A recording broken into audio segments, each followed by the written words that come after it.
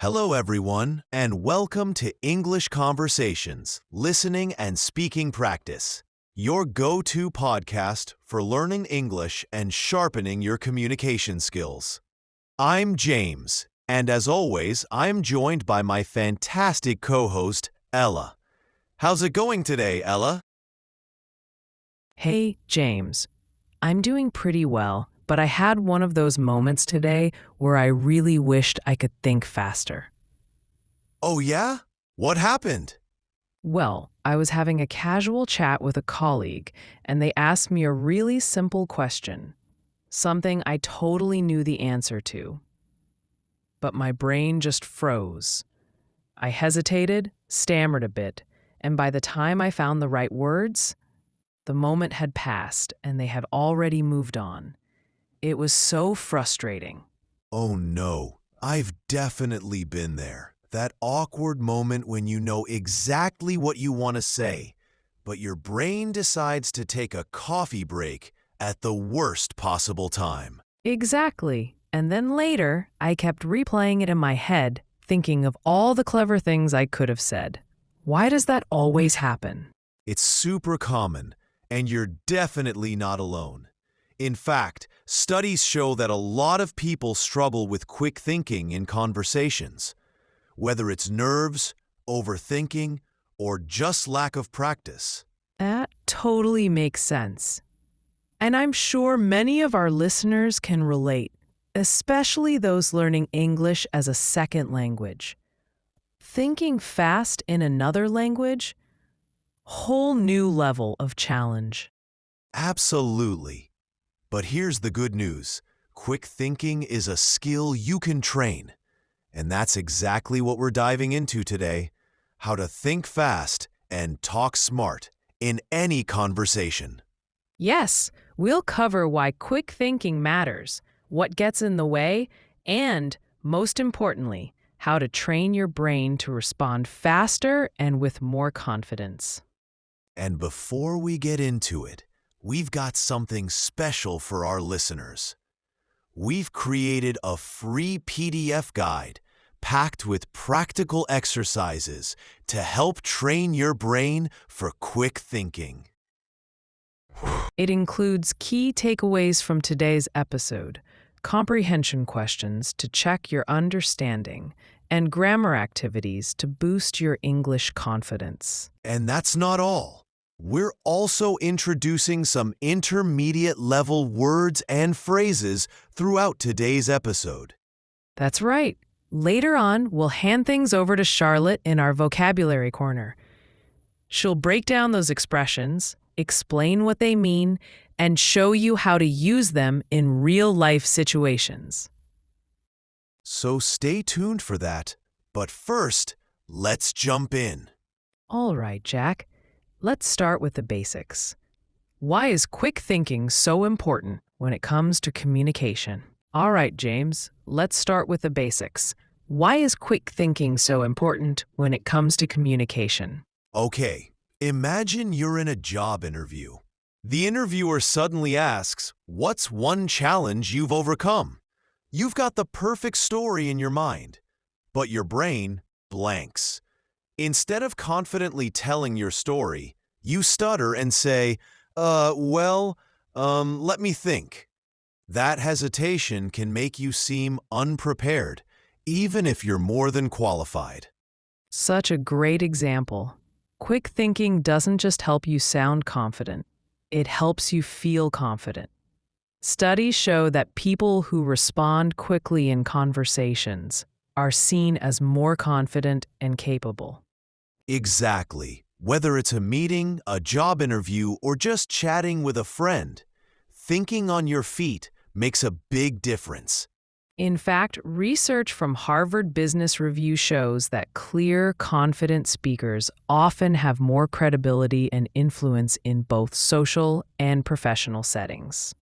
In fact, research from Harvard Business Review shows that clear, confident speakers often have more credibility and influence in both social and professional settings.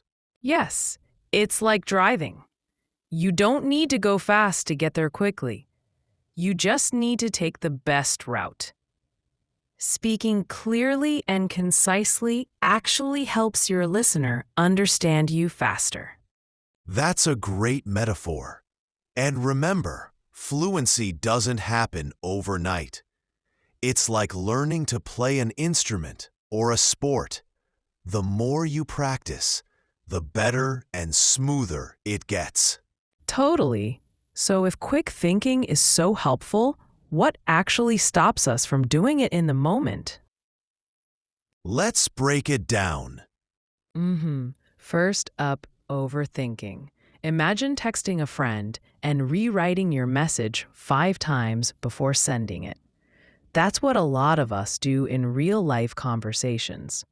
We try to form the perfect sentence before we speak, and by the time we're ready, the conversation has moved on. Then there's the fear of making mistakes.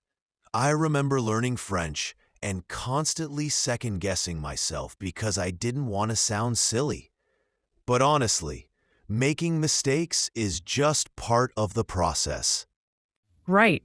Another big one is mental blocks. You get put on the spot, and suddenly your brain just freezes. Like when someone asks your favorite movie, and you can't think of a single one, even though you've seen hundreds. And of course, the language barrier. If English isn't your first language, sometimes the right word doesn't come quickly, even if you know it. So true, but the good news is there are strategies that help. So let's dive into them. First up, staying calm under pressure. This is huge because when we're nervous, our brains go into fight or flight mode, and it becomes way harder to think clearly. Totally. It's like watching a game show.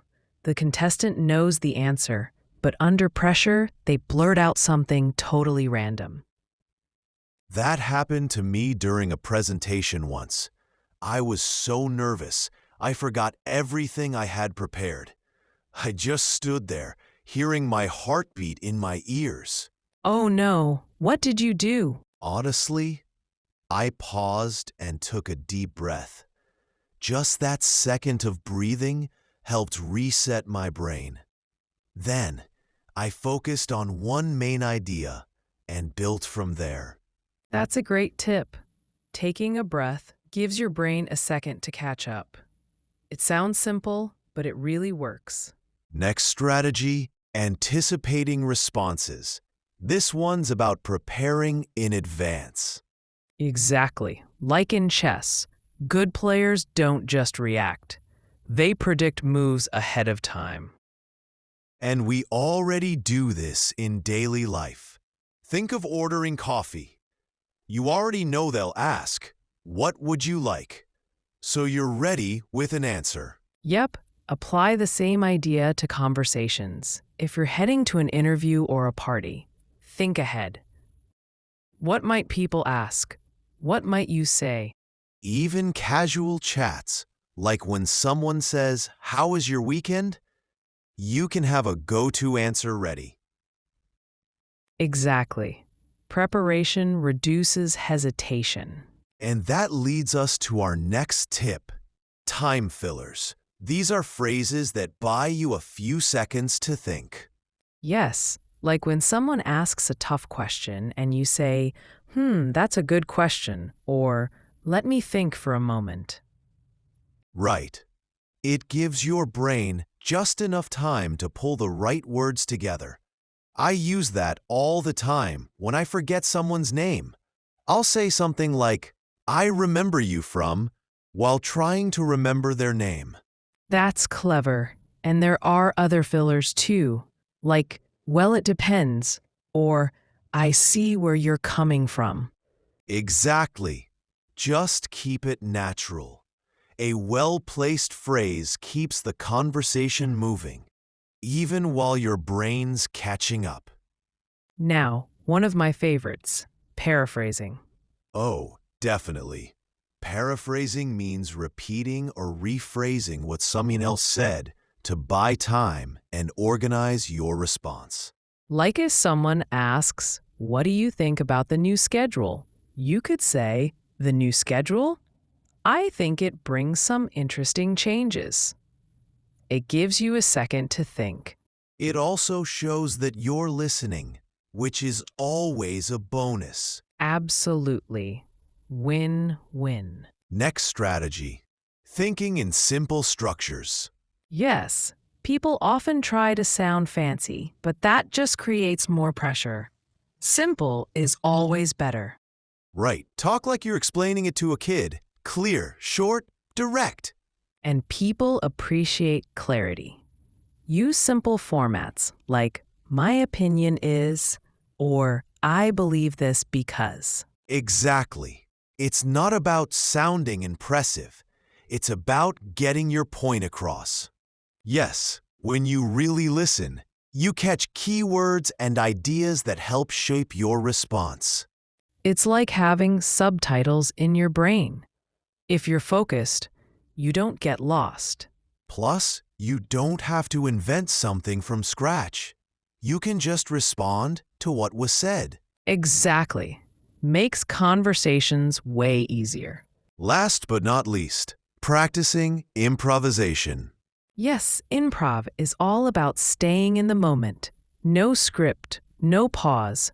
Just go with it. One fun way is word association. If I say beach, you say, Sunshine. and if I say school, you say. Homework. Exactly. No overthinking, just reacting. Another good one is storytelling. Give yourself 30 seconds to tell a quick story using a random word. It's fun and great brain training. And remember, the more you practice, the easier it gets. Totally. Quick thinking isn't magic. It's a skill you build. Wow, we covered a lot today. From staying calm to using fillers, paraphrasing, and practicing improv, these strategies really work. Absolutely. And now it's time for Charlotte's Vocabulary Corner. Take it away, Charlotte. Hello, I'll help you get to your favorite coffee shop. Let's begin. Start by walking straight ahead for about 20 steps. When you reach the crosswalk, wait for the signal, then cross to your left. Continue walking straight for about 30 steps. You'll pass a bakery on your right. When you reach the next corner, turn right. Your coffee shop will be just ahead on the left. Enjoy your coffee. Let me know if you need help on your way back. Thanks, Charlotte. That was awesome. Definitely. Learning vocabulary like this really boosts fluency. And remember, quick thinking isn't about being perfect. It's about being prepared and confident. So keep practicing, and soon enough, you'll be thinking faster and speaking smarter in any situation. That's right. Keep learning, keep growing, and keep leaping forward on your English journey. See you next time.